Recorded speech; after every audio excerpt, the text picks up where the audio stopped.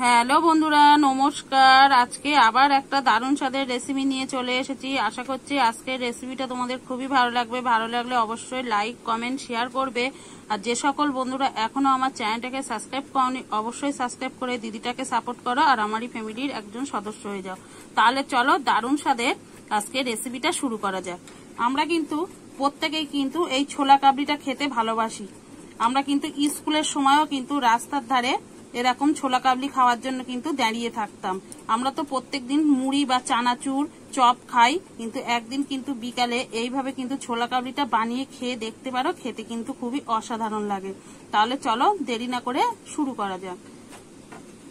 এগুলো সবার প্রথমে কিন্তু আমি একটা সাইডে সরিয়ে নেব।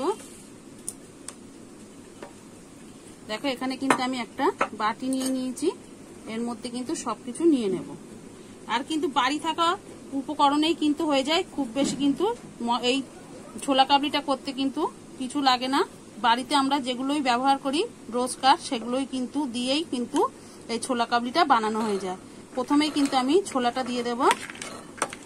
আর এখানে দেখো আমি অল্প কটা কিন্তু বুট নিয়েছি, এই বুটগুলো কিন্তু একটু সিদ্ধ করে নিয়েছি, যেহেতু শক্ত তার জন্য। তোমরা চাইলে কিন্তু বুটটা কিন্তু না দিতেও পারো।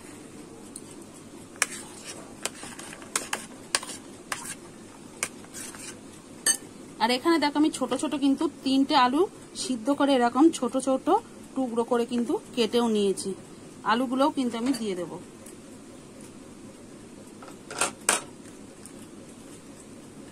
এখানে আছে দেখো শসা, কাঁচা লঙ্কা কুচি আর পেঁয়াজ দিয়ে দেবো সবকিছু।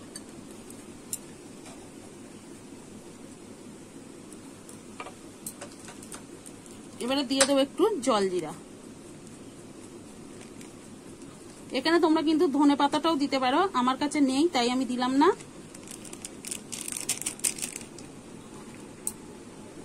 দিয়ে দেবো একটু লেবুর রস।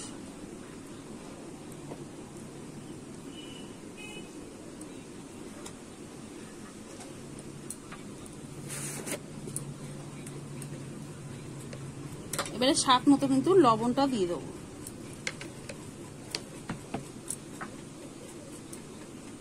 আমি দেখো এখানে কিন্তু তেঁতুলটা আমি এখানে একদম গুলে রেখেছি, এখান থেকে কিন্তু তেঁতুলের রসটা দিয়ে দেবো।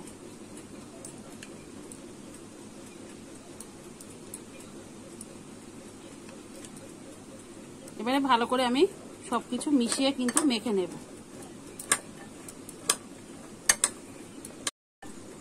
আমি কিন্তু ভালো করে মিশিয়ে নিয়েছি। এবার সব শেষে কিন্তু আমি একটু বিট লবণ দিয়ে দেবো।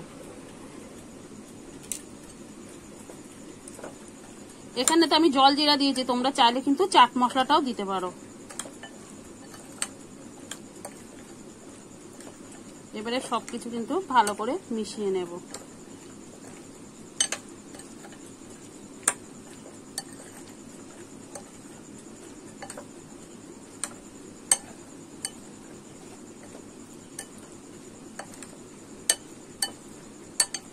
খুব সহজেই কিন্তু দেখো ছোলা কাবলিটা কিন্তু আমার বানানো হয়ে গেছে। এবারে কিন্তু আমি পাত্রে তুলে নেব পরিবেশন করার জন্য।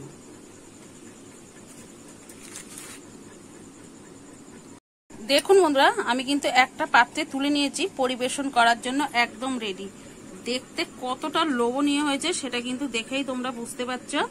আর হাতে যদি 5 মিনিট কিন্তু তোমাদের সময় থাকে, এরকম ভাবে কিন্তু ছোলা কাবলিটা বানিয়ে নেওয়া যাবে। আর কতটা লোভনীয় হয়েছে দেখেই সেটা বুঝতে পারছো। একবার হলো এইভাবে বাড়িতে ছোলা কাবলিটা বানিয়ে খেয়ে দেখো, খেতে কিন্তু খুবই অসাধারণ লাগবে। আর ছোটবেলার কিন্তু স্কুলের কথা মনে পড়ে যাবে। একবার হলো বাড়িতে এইভাবে বানিয়ে খেয়ে দেখো। তাহলে আজকের মতো রেসিপিটা এখানেই শেষ করছি। আর কেমন লেগেছে অবশ্যই কিন্তু কমেন্ট করে জানাতে ভুলবে না।